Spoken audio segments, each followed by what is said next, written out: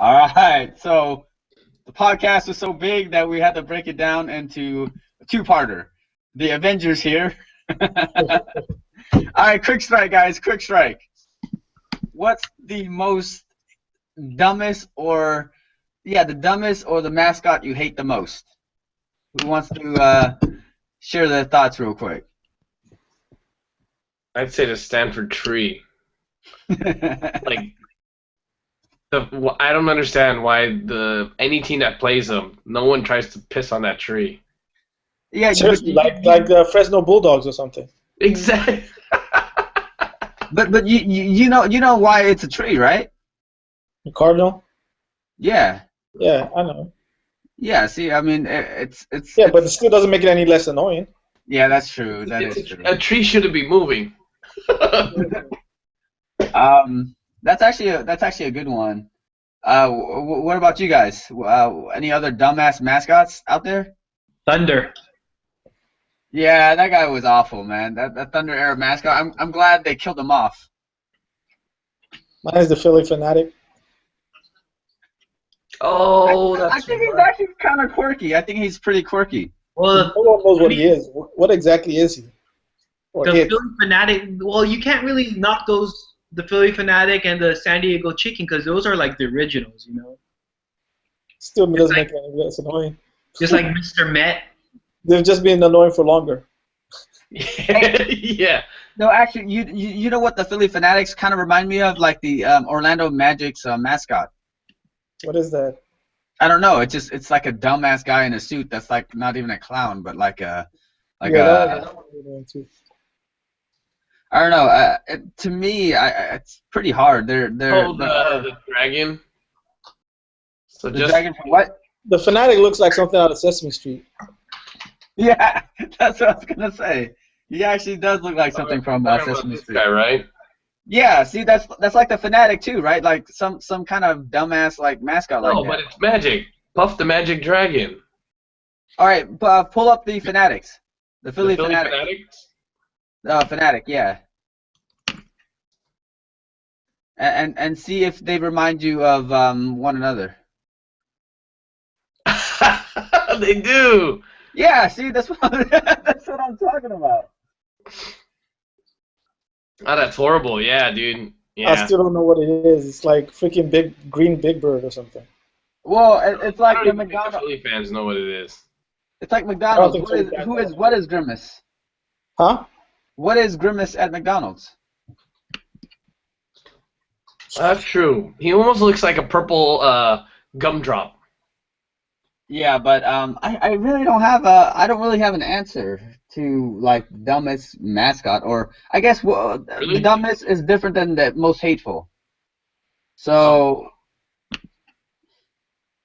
like some teams they just don't have mascots. Like the Lakers don't have a mascot. Nope. Jeremy, Yeah. Steelers don't either.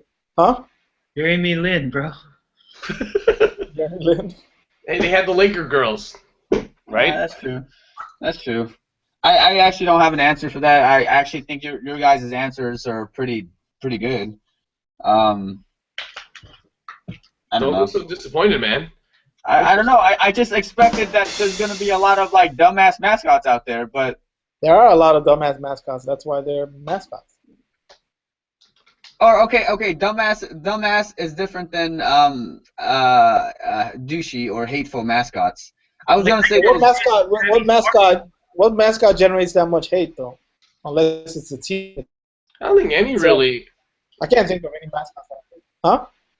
I can't think of any that draws that Yeah, I much. can't think of any mascot that I hate. There's a lot of dumb ones. I can't think of any that I hate. yeah, that's I true. don't like that Stanford tree.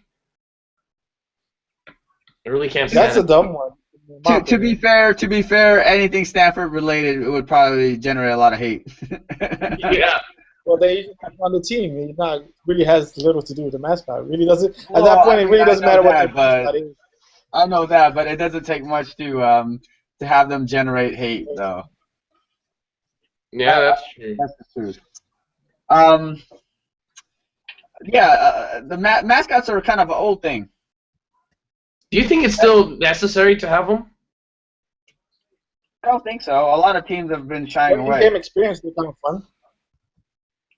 Whatever. I still think like they can be entertaining. They still can be entertaining, but do they need them? I don't think so.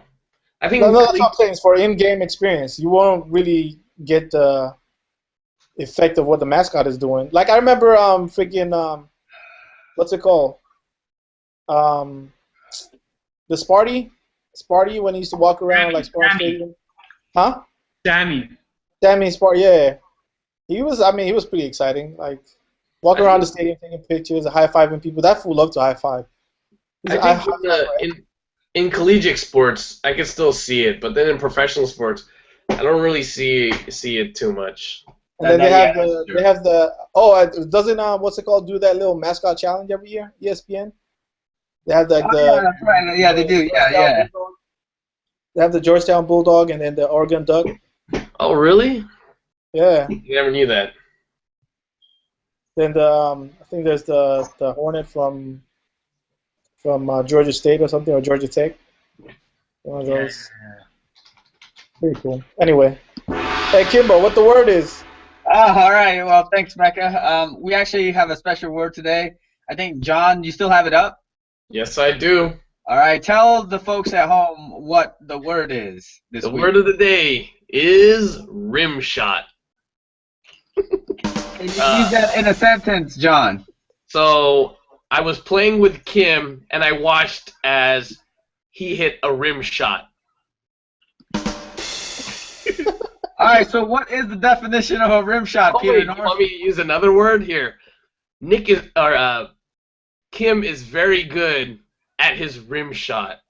No, I didn't ask you to use it in a sentence. I asked you for the definition. Oh, the definition. so Yes, rim shot please, in Peter basketball. Peter North, please give us the definition. So a rim shot is a shot that clanks off of the rim in basketball. Okay. So I guess Kim likes to play basketball. Sure, Kim loves to be the recipient of a rim shot. Stop it with that stupid drum. It's like, all right, let's talk basketball and let's take a shot. Any relation to the money shot? The bang! Pour a shot, guys. Kim is never one to turn down a rim shot or the money shot. Do we take our shot bet from last week? No, we haven't. That's what I'm about to do right now. So last week's shot bet, the only person who got it right was John. No, John, you gotta take a double. No, I got it right. No, yeah, you picked Mike Tyson. Yeah, Mike Tyson won. He did actually. Mike Tyson He won at life. He won at life, but we're talking about the Floyd Mayweather and Manny Pacquiao. Mike Tyson did win. In all fairness. Did win, dude. You can't see any other winners. You know what? I'm sorry. So okay. Not even the people that paid $100. This is what people have. Mecca, Huh? you had a tie. I picked Manny. John and LVR picked Tyson, and Neil picked Money. But I will contest it because, like the class action lawsuit says, Manny lied up, or the Pacquiao camp did not come forward with the injury. So any bets placed had, a negative effect on the decision. That's not even right. No. So I will put this for the panelists and say that Neil also lost the bet. So can we take a vote? How did I lose the bet? I'm not taking no shot for that. I've been saying all along that Manny would take it. I said that 5 years ago. I mean, I've been saying Mayweather's gonna take it 5 years ago. I'll take it. I even said it last week. No. I'm not gonna take a shot bet for that. No. What I'm saying, Mayweather did win, but just like the class action lawsuit said, or it's been filed,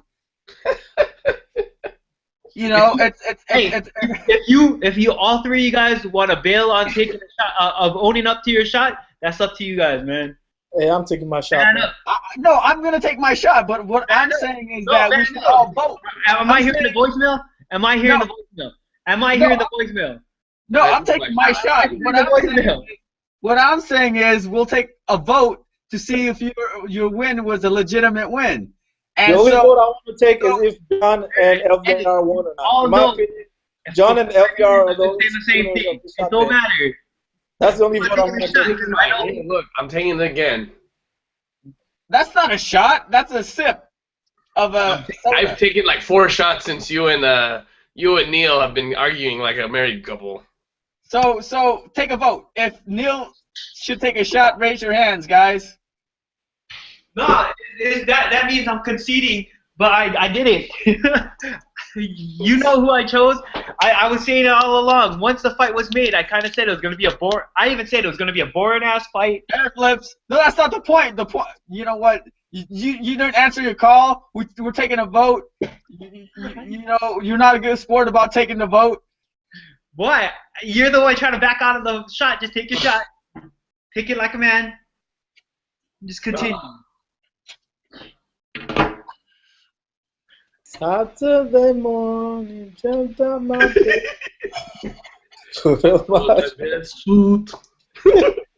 So I guess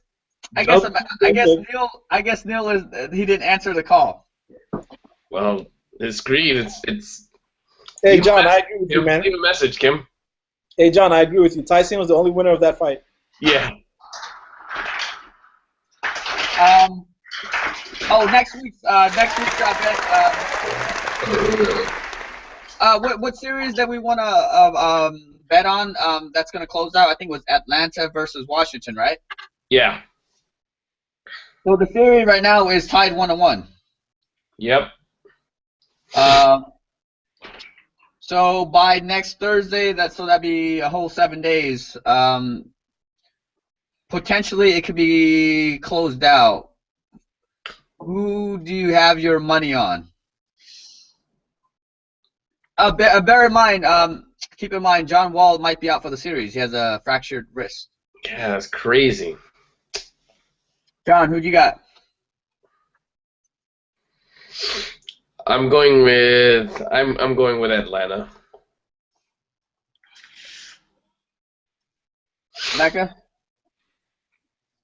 To close it out before next week. Yeah. I don't think either of them are going to close it out, but I'll just go with Wizards. You can say neither. Oh, okay, I'll go with neither then. What about you, Neil? By Thursday? Wait, is that possible? Yeah, it's possible if they win out. Okay. They start tomorrow. Atlanta's going to take the rest of the series. Neil says ATL. I don't know. Maybe he's not. Who LVR is going to root for? What's LVR? The LVR is going to root for Sacramento. You know What's what? an LVR? I feel bad. LVR. I think he's in so much debt that it's impossible to like climb out of. So we shouldn't even like. It's like but every podcast for Sacramento Rivercats. No. Every podcast he gets on, he should automatically take 2 shots before we go any further. Like that's kind of like that should be like quick strike, like for everything. Like okay, quick strike. LVR takes 2 shots. But are those 2 shots applied to the principal or just to the interest? He's only gonna pay interest though. Both. One for each. So I will pick actually in the middle. So I don't think the series is gonna get closed out.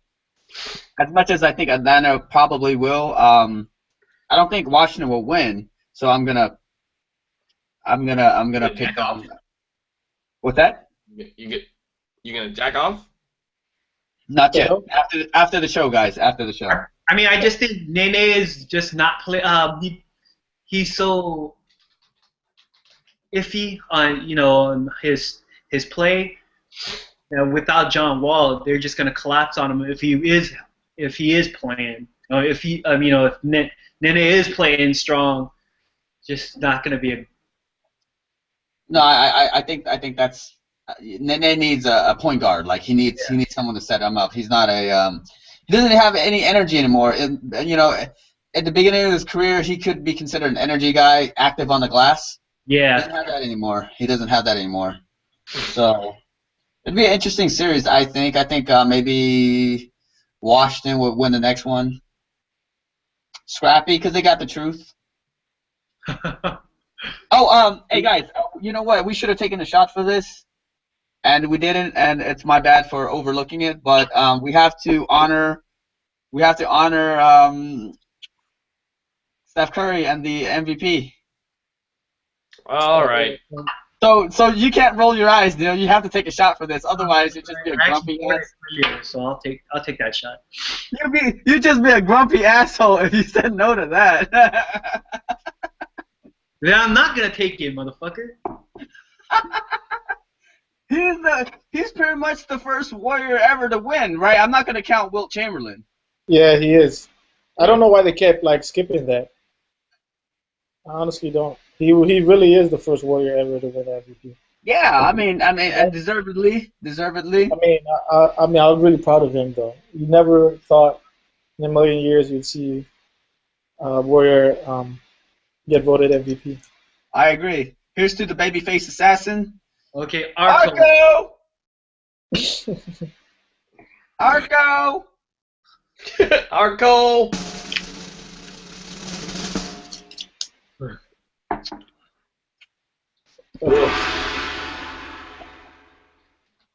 I actually thought he would be a very solid NBA player. Never in a million years would I say that this guy would be an MVP of the league. You know what I mean? Like I've always seen potential in Steph. I've always been a fan of his, but I never thought he was capable of being an MVP of the league.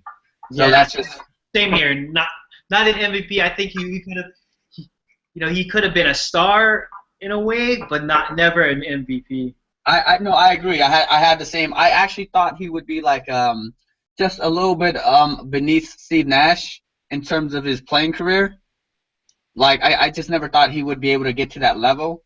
But at this point, I think he would probably surpass Steve Nash and what Steve's been able to do. So big ups to the babyface assassin. Well, I don't think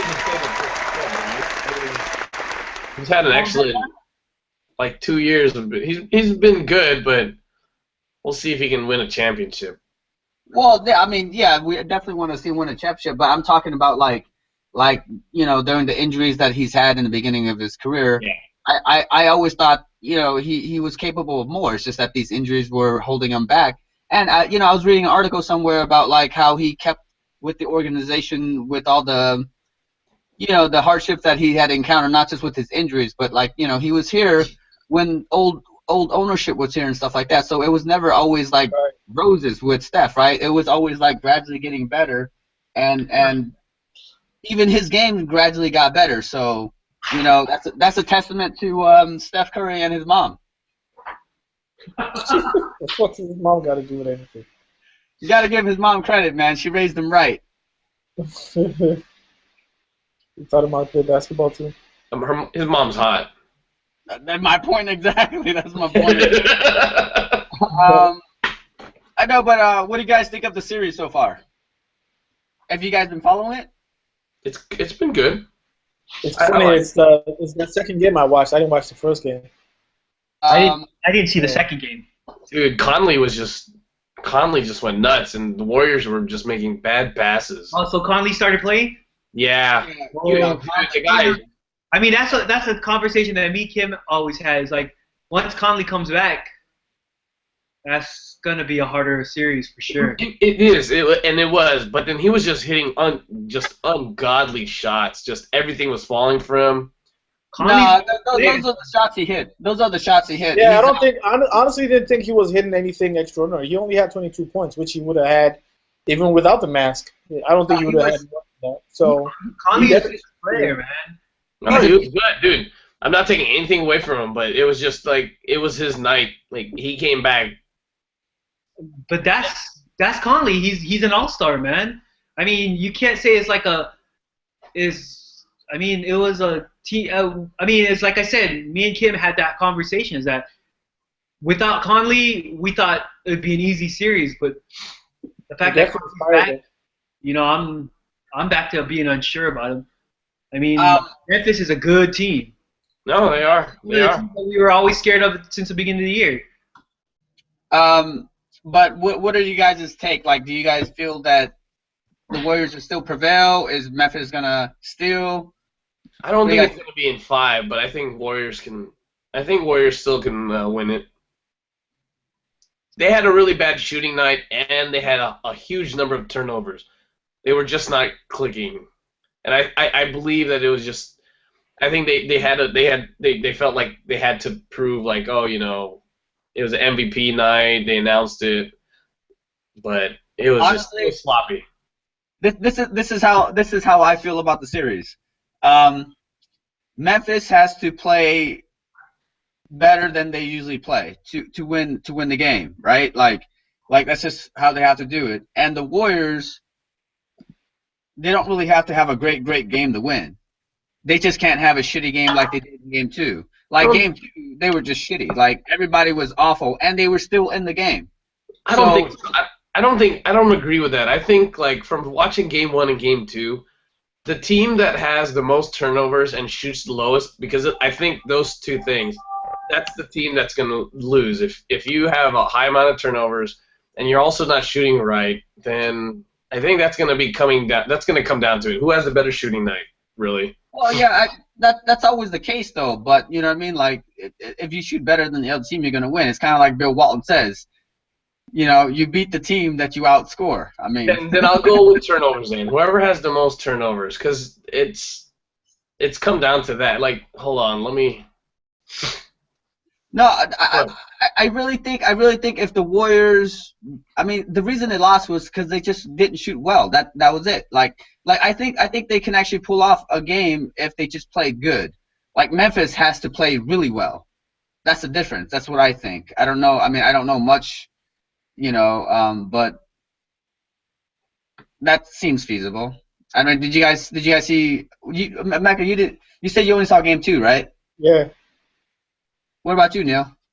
I mean, I saw game 1, didn't see game 2.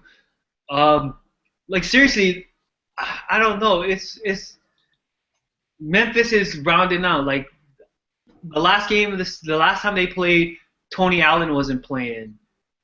And I don't think Mike Conley was playing either. And I mean, if Memphis is at full strength, then it's a harder series for them. Yeah. No, I mean, I definitely agree. I definitely agree with that. I mean, and if it's about like shooting percentage, I mean, it's you shoot a higher percentage from 3 feet in, and That's you true. got probably the best center in the league and one of the top power forwards, inside power forwards, with Zach Randolph. Game 2 though, it did look like that. I mean, the last time they played, Clay went off, but that's because Tony Allen wasn't there, and I don't think Clay can do that over Tony Allen.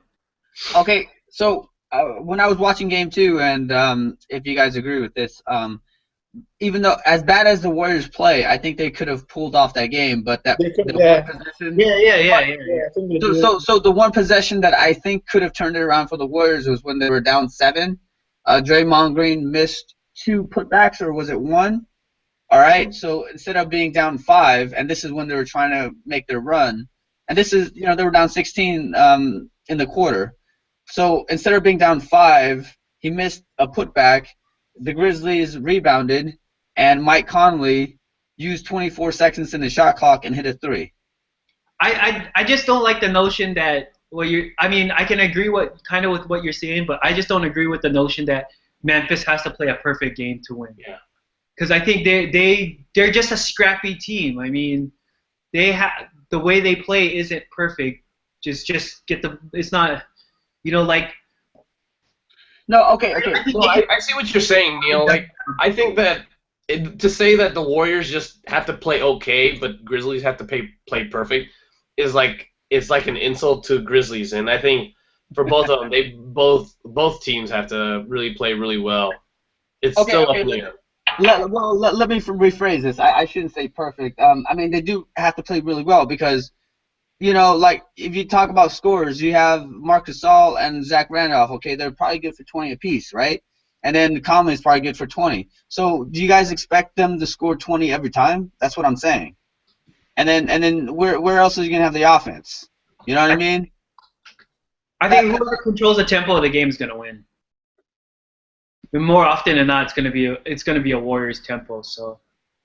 Yeah, I mean, I think Warriors are definitely still the favorites, but it's without being pushed.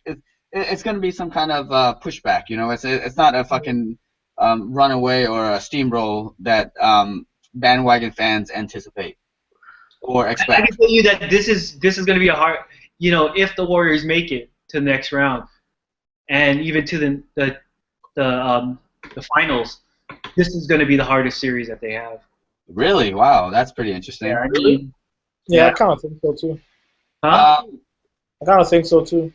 Yeah, I mean, it's because out of the other teams, even if it's the Cavs, but the Cavs don't have Kevin Love anymore, but this is the team that the Warriors, I mean, kind of a Spurs light, It's just they have size and they have a competent point guard. That's true. Yeah, no, that's true. That we would be scared of. Cool. I say the Warriors in 5 games. I'm sick. No. 5. 6. So they're gonna win out. I think so. So interesting. I'm looking at the stats very quickly. Field goal percentage. Like I was saying, total the turnovers, but actually so far the team that's won has had the highest field goal percentage. Well, okay, I really okay. I'm sorry, John. And 3-point percentage. John, this is my pet peeve. I really don't like people who just look at stats. Let me give you a story about a colleague of mine. All right, so we're talking about Derrick Rose. And I told him, I said Derrick Rose is a great player, right? But he's not a shooter. He really never was a shooter. He got better over his career, right? He just wasn't a shooter. He's an explosive finisher, right? And that's what I said. And his rebuttal was, oh, he's a 46% shooter. Yeah. Okay, so what do you take into account 46%? Are you talking about his jump shots, his threes? Hey, all I'm saying is that or finishing in the paint. That's my point. So when he's saying 46%, he's not saying, okay, he's a good shooter because it says 46%, because that doesn't tell the whole story. Right? It doesn't tell the whole story, but I mean it's still data. Well, it's still data, but what I'm saying was that 46%, especially early in his career, a lot of that came in the paint when he was explosive. That's what I'm saying. And I also say that he's a decent shooter, but he never was a great outside shooter. He's gotten better over time. So I'm not disagreeing with you. All I'm saying is that so far right now in these 2 games, the team that's won out, it's the team that's hit more. But that's a small sample size, man. I'm just saying. I'm not saying. I'm just bringing up hey, here's a pattern I saw. But a pattern of 2 games, that's just a small sample size, man. But okay. Well, back to the point where I was gonna say was that's why I don't like all numbers. You know what I mean? Yeah, it tells something, and I think there's stuff that you should take away from from it. But I just don't like fantasy type owners who think that I can take this guy, put him in my fantasy team, and expect the same thing. But I don't get what you're. I still don't understand why you're. Never did I say it's absolutely just data. I'm just saying, by the way, I noticed from these 2 games the team that's won had a higher field goal and a higher 3-point percentage. No. I'm not discrediting what you're saying. I'm just talking about the reason I'm bringing up stats was because I always have this conversation with a coworker. And it just seems like I can't get my point across because he's so fixated on statistics that he doesn't understand the dynamics of the game itself. You know what I mean? Like if I were to put say for instance, I don't know, who's a great 3-point shooter? Did you guys ever hear Charles Barkley's rant on analytics? Yeah, exactly. Well, I mean, Charles is extreme, right? I can respect analytics. I think Charles is one of those guys who's like, no, fuck it, they're stupid. I think you can take stuff, from it. There has to be a middle ground. That's what I'm saying. That you obviously want to see patterns. you always know a player's like strength or weakness, but I'm sorry, I don't believe analytics has any role in basketball. Maybe baseball, but definitely not in basketball. And there's a point that Charles made actually that kind of really made sense because if you think about it, he said all those teams that have been put together based on analytics, they always do good enough to be competitive, but they're never good enough to win a championship. that is true though. Yeah. I haven't seen like analytics based team put together and ended up winning a championship. I have yet to see that. They're Yeah, but always good enough to compete. The Red Sox. Huh? The Red Sox. He's talking about like for basketball. Well, I mean, analytics doesn't even apply to But basketball. analytics, you have to take. I'm not saying you have to do analytics like purely analytics, but at the same time, you can't like just push analytics to the side and say it doesn't have any role in basketball. I agree with you, John. I agree with you. That I agree with you. well, I mean, so I just looked at the rest of the whole season series between the three, and one game that the Warriors won, the Memphis still outshot them. I mean, not by much, like 2%, but I mean, that's the thing, you know. See, but Neil, like in analytics, people forget. Like if you look at the numbers, right? If you look at through if you have a large sample size, you have especially when it starts getting to like a small percentage, you have like variations. And No, that's not what I'm saying. I mean, I've been always following like sabermetrics. I love baseball. I love baseball stats. I love looking at it. I'm always on Baseball Reference, just looking at at stats. But I mean, I just simply don't buy like stats as a main thing. You know, there is a feel for the game that you got to look at. And I'm not disagreeing with you, but I am saying that analytics still has to play a role in when you're deciding. I'm not saying that either. I'm not saying that either. And I'm looking at it, but I mean, you only looked at pretty much archaic stats like shooting percentage. But then there's true basketball shooting percentage where they actually take account where you're shooting in, home arena, and we're not even looking at that. I mean, you just can't look at shooting percentage. No, that's fine, but you can't just say analytics has no play in basketball. I never said that. I don't think he has any play in basketball. Well, okay, I think basketball is one of those sports where really analytics has no play whatsoever. You only have 5 guys on the court. You either have star players or role players. There's no other sport that basically trumps their star players more than basketball. And I don't think you're ever going to be able to win a championship without 1 or 2 people like really driving it. I the disagree. closest we came to seeing that was with the Detroit Pistons of 10 years ago, but even then they still had like the Rips and the Chaunceys just lighting it up. So it really doesn't. Basketball is really one of those sports where skill and extreme skill will always play out. The one guy can always carry you for a long time. Yeah, one guy can always carry the team. I disagree. If that was the case, then Vegas would be losing money in NBA. But I'm sure. I bet you they don't bet based on analytics in Vegas. I guarantee you. They absolutely base it on analytics. It's absolutely like a good majority of it is analytics. Basketball? Yeah. I'm not sure about that. Okay, can I bring it? Let me bring back to my original point. Okay, my original point was I don't like it when they try to break down a game, and they have more of a fantasy mind. So they're taking 5 best fantasy players and thinking if I put those group of guys on the basketball court, they'll dominate, which is never the case. I mean, look, you get what I'm saying, right? Like the Lakers or something like that back in what is it? The whole hundreds.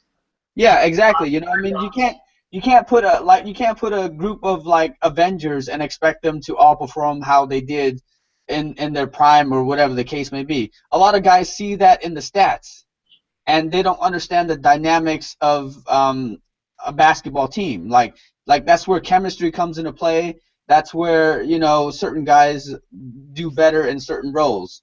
So that's kind of like an offset of what you guys were talking about, like analytics, but we're talking about dynamics of like positions and stuff like that. So my stance is you definitely need to see numbers as well as a feel for the game. That's where I stand. Emeka just has a feel for the game. Neil and John, what's your guys' I'd say it's a mix of both, but I think you still have to, like, analytics plays a larger role than. See, that's what I don't agree. See, okay, so that's what I don't agree. I'm talking like if I had to pick a number, if I believe like 50-50, but if I had to pick, I would say 55-45, where analytics plays a bigger role, a small, like a bit more than a feel for the game. Just because a feel for a game is great for one season, but analytics would be for like a long term. Just because of that, you always live up to your averages. I mean, you can look at you can look at numbers of like Kyrie Irving or even Kevin Love. I mean, their numbers were way big before LeBron came or they all joined up. But I mean, they were kings of losing teams. But again, like what I'm saying is that if you just go off of analytics, there's always going to be those outliers. But no, I agree. But the thing is that there's a chance where if you took 10 people who just judged it based off of feeling, and you took another 10 people who based it off of analytics, the analytics team would probably win 55% of the time. That's all I'm saying. Okay. Let me put a wrench. Go ahead, Mecca. No, I'm saying I don't agree with that because and I want to definitely, you know, kind of make the disclaimer that this is in basketball terms that we're talking about. Yeah, I'm just talking about. I mean, it's such a confined sport that any one person, any one player can change the dynamic of your entire team. Any one player, whether you bring him in or you take him out, can change the entire dynamic. I mean, there's been so many examples of players who have stepped up their game because they lost their star player. What's his name? Agent Zero. When you know, what's his name left the Warriors and he stepped up. Basketball is just one of those sports where, you know, when one player is doing all this stuff, like say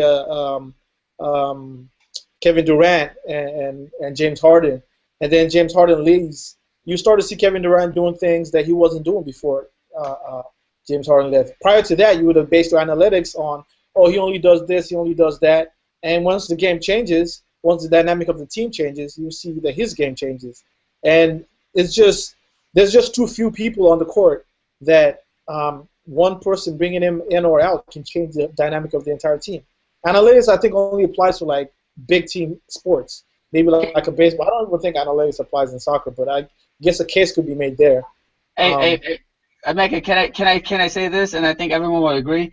Analytics is black and white, whereas if you're evaluating talent, it's up to the person who's evaluating the talent to be able to understand or can take, or can see. You know what I mean? Like if I were to evaluate certain guys on the floor, it's different than how you would see the game. That's all. Well, usually that's what analytics does. People try to put together numbers that justify decisions that they make, whether it's, you know, evaluating talent or whether it's evaluating the team or picking out their chances of doing well or moving forward in a matchup.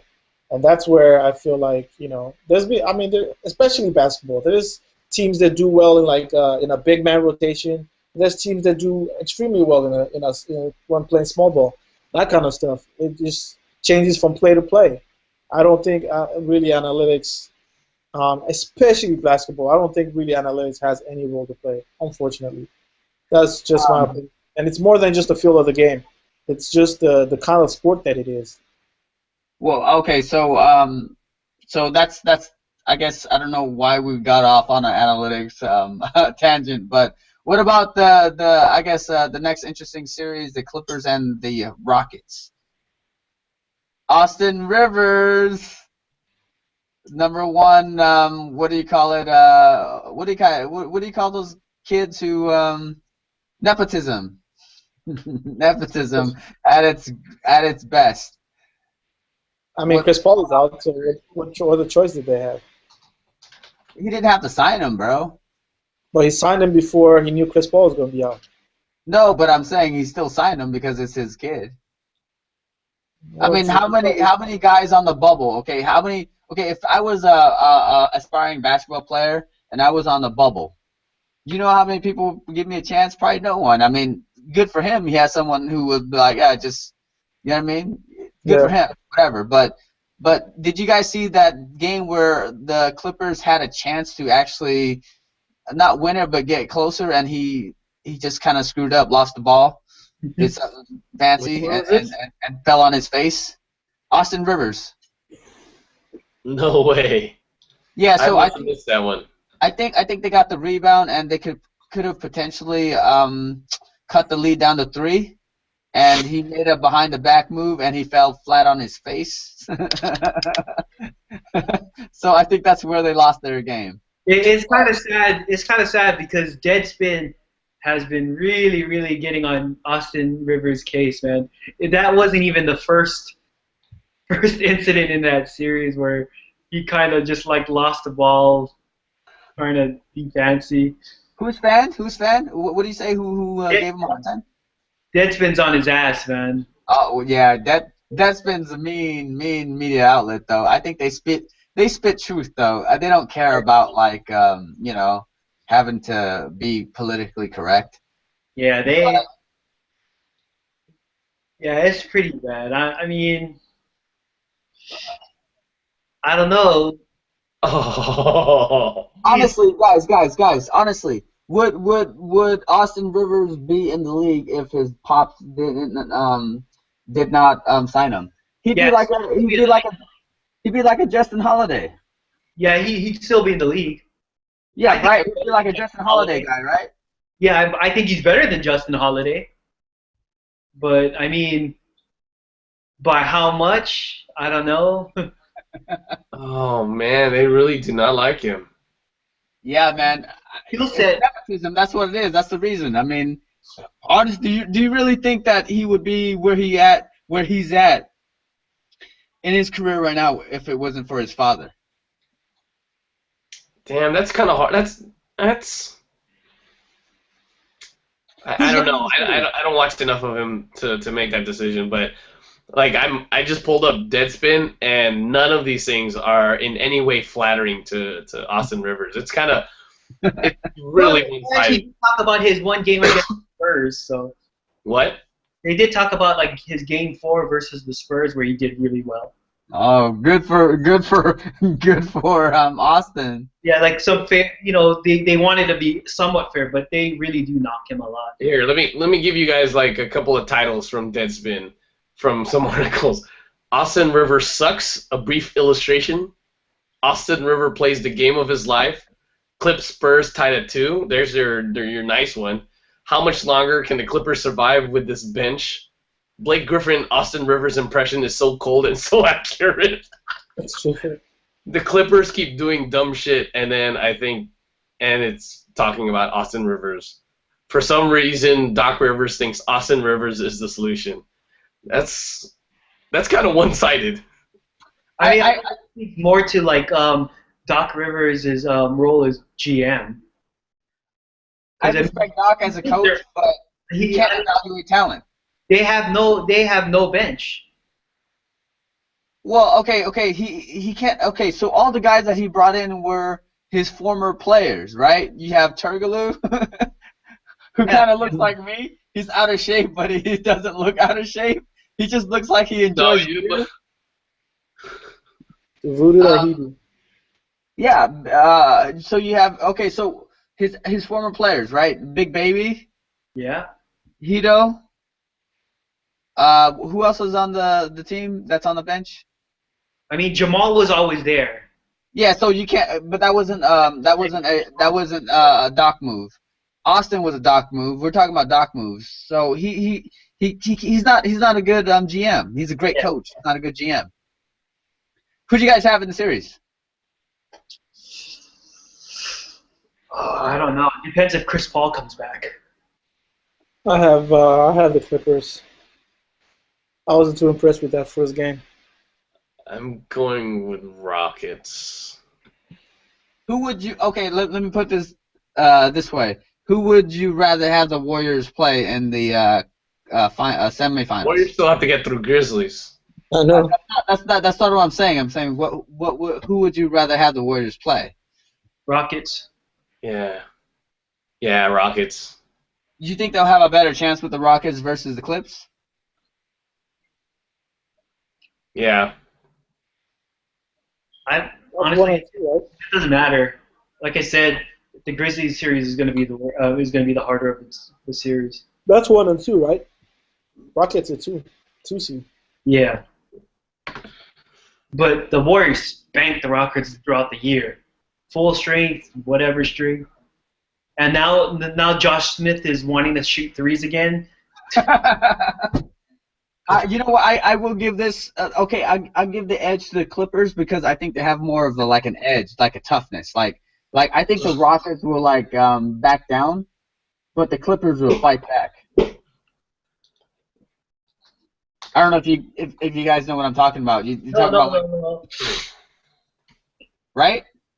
Yeah, I mean, like I said, pretty soon Josh Smith is going to be hucking up threes, and that team is. I mean, how long is Patrick Beverly out? He's gonna be out all playoffs, man. Then yeah, that's for sure. Then the only reason I wouldn't want them to face the Rockets is if Beverly's there because I would be scared for Steph. I agree. You know what? I don't know. I think Steph has probably passed that stage where he has these pesky defenders bother him. I think earlier in his career, even earlier this year, but I think he's gotten that much more confident now that he's able to withstand a lot of that peskiness. But you can't deal with dirty players, man. I think Patrick Beverly's dirty. No, I agree. So my pick. What? No, I was gonna say my pick was I don't care who either of them play. I just want a 7-game series between Houston and Clippers, so they would be worn out by the time they fight the Warriors. Who's to say the Warriors aren't going to go to a 7? I know. Well, I'm not saying they will or wouldn't. I'm saying Kim's pretty optimistic about the Warriors. Honestly, man, as a longtime fan, I really think it's their season to lose. I really do, and I say this with confidence, and I say this, having watched probably 80% of their games, and not just reading about Steph Curry having a great year, and seeing their habits and seeing how confident they are. I really am to say. Go ahead. What's unfortunate is if you had asked me earlier this season, would you be happy if they made it to the championship round or even the finals and lost it, I probably would have said, oh yeah, that would have been a good season. But now it's man, if they don't win it all, it's almost like a disappointment. Would you guys agree with that? Stakes have been raised. What? No, yeah, exactly, right? Stakes have been raised. No, it's funny because I still want to hold that statement true to myself. I really feel like if we do make the Western Conference Finals and we go the distance, I would still be happy about it. But having seen and kind of it's a historical year, not just for the team itself, but for the NBA, I really truly feel that it's their season to lose. That's all. And not to say that I don't care if they don't win the championship. I'm saying hey, you know what? They have a really good chance. Okay. Why not believe in it? That's all. So do you think from a fan perspective, it's disappointing for them not to win, right? Because you've seen them, you want them, but from a logically thinking point of view, would you still say that right now they've achieved more than you expected and you're happy with where they're at? No, you know what? It's the opposite because logically for me, if they don't win it, I'll be more upset because as a fan, I have the bar a little bit lower for them. You get what I'm saying? So really, I would think it'd be the other way where it's logically you were oh, in the beginning of the season I didn't expect much. Everything else is just but that's the thing. First of the week of the season, you can check the tape. I said if they don't make the Western Coast Conference Finals, it would be a disappointing year. I said that at after the first week of the season. No, And no, treated. that's my point, Neil. I'm agreeing with with what you're saying. What I'm saying is like logically, to me logically, it makes sense that they will win. But as a fan who's accustomed to like a losing culture and seeing them gradually get better, that's when I say, you know, I would be happy if they went to the Western Finals and lose, but go the distance and put up a fight. I'll be happy. But logically, like I'm like this shit doesn't make sense. They should win. So, I mean, I don't know if that answers your question, but I really think it's their year to lose, which is a good thing, right, for all of us. Yeah, no, I agree. I mean, as the series unfolds, I think they should technically win, but I mean, I won't be disappointed. Honestly, if they lose to Memphis, I won't be disappointed. If they lose in the next round, I'd probably be more disappointed. Okay, hey guys. Okay, let's put our little best case scenario. If they win the championship, where would the parade be held? Let's have that conversation. Let's go there. I'm not gonna answer that. I can't even like answer that. Becca, let's go there. I don't know, probably Oakland. Nah, San Francisco. Okay, so this is my thought, and maybe I'm pulling it from an article I read, or a combination of a lot of things. I say they start in downtown Oakland, make their way to Jack London, okay, and then the team itself takes the ferry. They go to the city, and then have part 2 in downtown San Francisco and finish it around there. So this way, it brings the theme together, right? You know, you have the bridge connecting the two cities in the Bay Area. You have a celebration in the city that was home for I don't know what, like 60 years or whatever, and then you're still keeping it within the family, but at the same time you're honoring the past, but you know you're embracing the future. So you know, start in Oakland, the team takes the ferry, and then you have part 2 of the party in the city. What do you guys think? Man, I don't know, but me and Mecca are gonna be in Oakland on the clinching game. I'm gonna drag Mecca out there. I want to be there. I want to get drunk. You should come up, man. You should come up. Damn. For sure, man. No lie, Jack London having some chicken and waffles, fool. I remember when we were at the Civic Center when the Giants clinched their first World Series in a long time. Yeah, that was the place to be. So dude, that was so much, dude. So like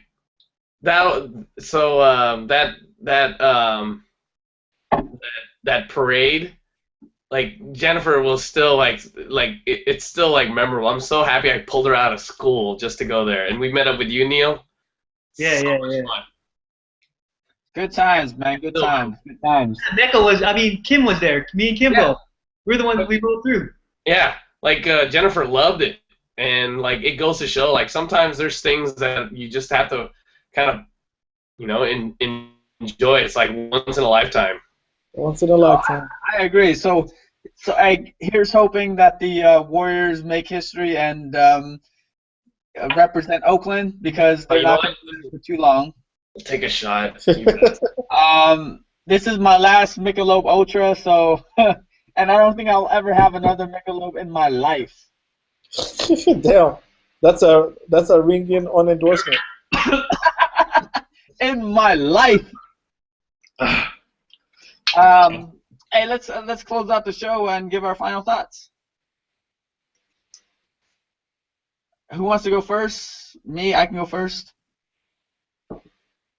All right, I'll go first. Let me go first. I was actually watching a couple of our older podcasts on YouTube.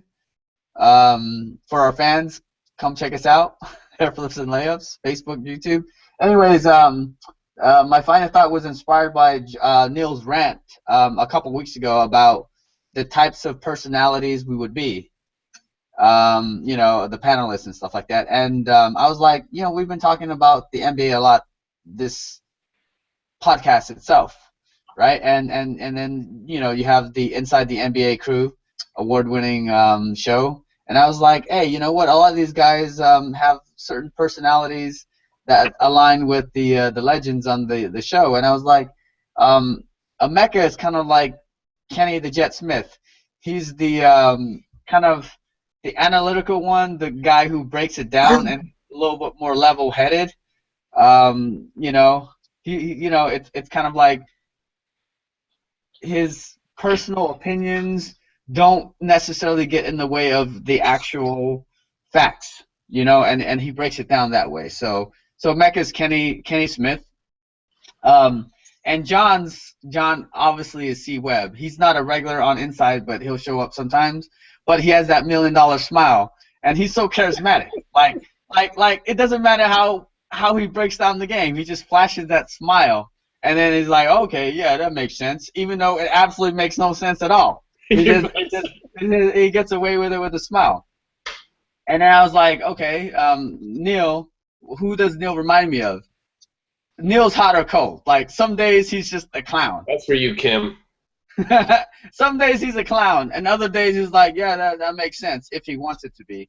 But he's a big personality, so he's got to be Shaqtin' the Fool. So that kind of makes sense, especially when he has his what do you call it? Different segments and stuff like that. Like, he has his news for a while. So Neil is definitely Shaq. So that's my final thoughts. That's the Inside Crew. He's the big cactus. No, he's more like the big dictus. Whoa. Oh no, I didn't mean it like that. Mr. Rim Shot. Mr. Rim Shot. All right, who's next? That was my. You just rim shot Neil. You just rim shot Neil, didn't you, Kim? No, you said I had the big dickness, so I rim shot it. Why do I put myself in these situations? I'd say Kim put his foot in his mouth, but it's something else he put in, and it was Neil's. Now, what's your closing thought, brother? You know what? My closing thought is that too often people have their opinions, and they're unwilling to hear other people's opinions, or even discuss in a civilized way, and all of a sudden it becomes no, that's stupid, and it kind of eliminates the purpose of having a discussion. And I do enjoy discussion, so keep on having discussions, and no one's opinion is stupid, unless you're Kim in some cases. I'm not gonna lie, a lot of my opinions and stuff coming out of my mouth is stupid, but hey, that's what I do. Mecca. I don't have much in terms of final thought. I just want to use this opportunity to shout out to LVR? Nah. This is a give shout out to two people. One of them is our boy, Saul. This is last weekend. Yeah, that's right. Bay. Well, Moving it's out today, right? Yeah. Huh? It's today. His party was today. Yeah, I was gonna go too, but Wow, who's this? stay home. Huh? So, Saul? Saul, yeah, he's moving going out to to the Northwest, huh? Phoenix, or no, Portland. Portland. Okay. For work or for school? Shout out to Saul, big supporter of Hairflips and Layups. And secondly, big shout out to the one and only The Answer AI. It's been 13 years that he dropped us with the epic practice rants. 13 years today. And all we were talking about since then has been practice. Not the game, but practice. Practice. Awesome. Neil, take us home. Neil, take us home. Well, I was chatting with my nephews the other day last week. Snapchat? Not Snapchat, but a weird it kind of their dad is a real big football fan, big Raider fan, but with them, what's registering more so, and maybe it's because of me and how I've been like I've been playing my nephews in FIFA and a lot in video games, is that soccer's really is becoming a bigger part of their life, and it's like the new generation. I think there's soccer is making a bigger impact in that new generation. So it was very disappointing. It was very disappointing when I came to find out that my nephews' two favorite teams is Bayern Munich and Mecca will like this because it really was gut wrenching for me when he said I like Chelsea. And wow, those are that's I give them props because they're powerhouse teams, but I don't think they're the sexy teams. And the funny thing is, I mean, he's 9 years old. My nephew Umba is 9 years old, and he said he would turn on the TV and he'd see before he flips the cartoons, he'd notice if there's soccer on, and usually Chelsea's winning, so he started liking Chelsea, and he loves the color blue, so it was like a natural thing for him to like Chelsea. So it was really gut-wrenching for him to tell me that, and I mean, I also told him that Everton, their jersey was blue as well, but apparently they don't win enough for him. And and both of my nephews they love Messi too, so big fans of Messi. And when I told them that Barcelona, Messi's team was playing Bayern Munich, who is my nephew's favorite soccer team in FIFA, his mind almost exploded. So that's it. That's my rant, or my final thought. Is just soccer is really, I mean, in a soccer household, in a football household, even soccer is taking a grip on the next generation. Yeah, I totally agree. To add to that, I don't know, did he see the game yesterday? I mean, no, because they cut the cord a while ago. Oh, okay. So I guess one of his good friends was a big Messi fan, and they would be playing soccer in the playground, and they all wanted to be Messi after a while, and they would watch highlights of Messi. And I mean, yesterday I wasn't really watching the game, but on Twitter a lot of people were tweeting about the Messi goal, and the most amazing part was a lot of football players. I think LaShawn McCoy even tweeted about the goal, and you didn't even know they were the thing with Twitter is sometimes you can't really tell people are actually watching or they're just stealing tweets off it. But there was an insane amount of people that were just tweeting about the goal. Kobe tweeted. I mean, people those are regulars. Soccer fan, right? Yeah, but those are the regulars. But I saw a lot of people that I didn't even know followed soccer at all, and this is middle of the day. I'm serious. Once if and when football love, which is gonna probably be for a long time, dies out in the U.S. I mean, when those athletes switch to a different sport, and if that sport is soccer, that's when U.S. is gonna step up. U.S.